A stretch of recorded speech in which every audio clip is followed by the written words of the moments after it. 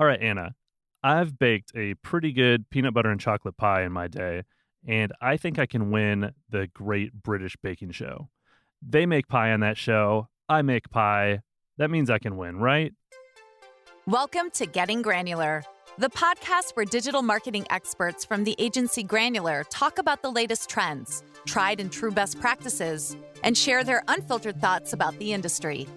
Whether you're here to learn how to grow your business, improve your digital skills, or just want to hear some Midwest PPC experts rant about digital media, you've come to the right place. Welcome to Getting Granular podcast. I'm your host, Jordan Meyer. I'm the founder and president of Granular. Today, we're talking to Anna, and we're going to dive right into Facebook ads versus boosted posts. All right, Anna, I've baked a pretty good peanut butter and chocolate pie in my day, and I think I can win the Great British Baking Show. They make pie on that show. I make pie. That means I can win, right? All right, so that's a little bit of a crazy statement, I know, but we hear similar stuff with Facebook ads. You know, something like, hey, I boosted a post once. I think I'm an ad expert. Or, hey, I've got a cousin that boosts Facebook posts. Hire him. So we're going to dive in and talk to Anna, and we'll introduce her in a second here. But we're going to dispel some of the truths and myths about ads versus boosting. So without further ado, here is Anna Borcher, one of our expert paid search folks on the team at Granular. She definitely specializes in Facebook as well. So let's get your take on this, Anna.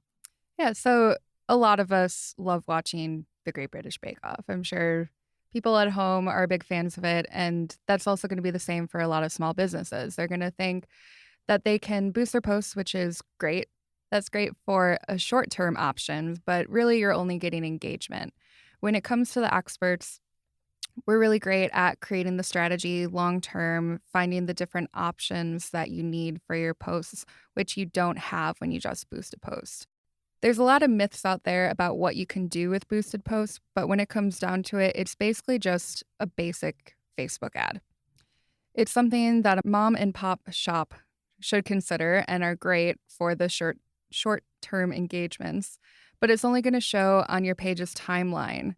It will say it's an ad, but when it comes to actual Facebook ads, you have different placements such as Instagram stories, Facebook stories, the right-hand side, the news feed, and then also the audience network, which gives your audience that you're trying to target a lot more opportunity to see your actual ad. Right. So that's where some of the confusion comes in, right? Because a boosted post does say it's an ad, and technically it is an ad. So that's why people think they're good at running Facebook ads, because they got a lot of engagement or likes or shares from that boosted post. But I think, as we get into some details here, you'll really see that true ads, are so much more valuable than just a boosted ad. Yeah, so that is definitely a misconception about boosted posts is that they do say ads. And in theory, it is an ad because you are paying money to reach additional people. But that's also a lot of Facebook's algorithm. They're trying to push away from pages and more towards people's actual friends. So you almost need to boost a post in order to reach your audience. You may have thousands of people who like your page, but only a third of it, maybe a quarter of it, are going to see your true organic posts, which is why boosted posts do come in to help when you're trying to reach your page's They're still audience. handy, right? They still serve a purpose. Exactly. But it's all about what your objective is in your campaign. So if you're coming to an agency and you're trying to increase not only your engagement, but your audience, that's where Facebook ads are going to come into play. Mm-hmm. So the main thing with Facebook ads, especially having a business manager, is that there's different objectives that you can have when it comes to Facebook ads, whether you're really focusing on sales, page engagement, if you're trying to increase your likes or comments, etc. But then there's also additional options like app installs, which you can't do through boosted post, video views, which are a little different when it comes to boosted posts because you can boost a video view. But then there's also awareness, which is the main one that people use. Mm-hmm. Yeah, so it's really good to distinguish, how many more options there are with ads versus boosting. So, I don't know the best way to equate it, but you're basically getting, the farthest on the left, most basic option out of anything when you're boosting. And on the right of that scale, you have a sophisticated ad with a lot of different targeting options. When you mention um, the purpose of those ads, is that something that you have in mind, or is that something that Facebook actually has an option to select? Facebook can give you recommendations, but it really comes down to the account manager and the client because you're going to have different objectives for different campaigns, which obviously is going to come down to what makes the most sense. So if we're looking at just engagement on videos and then looking at retargeting, we're going to go for a video campaign versus if we're just trying to increase awareness about a brand new product that people might know about, it's going to be better for awareness or a website traffic campaign. Hmm. That's great. Cool. What are some other kind of things that you miss out on with a boosted post versus an ad? Yeah, I know I already mentioned it a little bit earlier, but the biggest thing is about where your ad is going to be placed. With a boosted post, you're only going to see it on the Facebook newsfeed, whether that's mobile or desktop. If you run an ad with actual Facebook ads, you get more ad placements, including the right-hand side, Instagram stories, Facebook stories, and then the audience network, which expands all over the internet. Hmm. Yeah, that's great. I think it really expands the reach. It gets in front of people when they're not on the Facebook platform, which is often. We've seen really good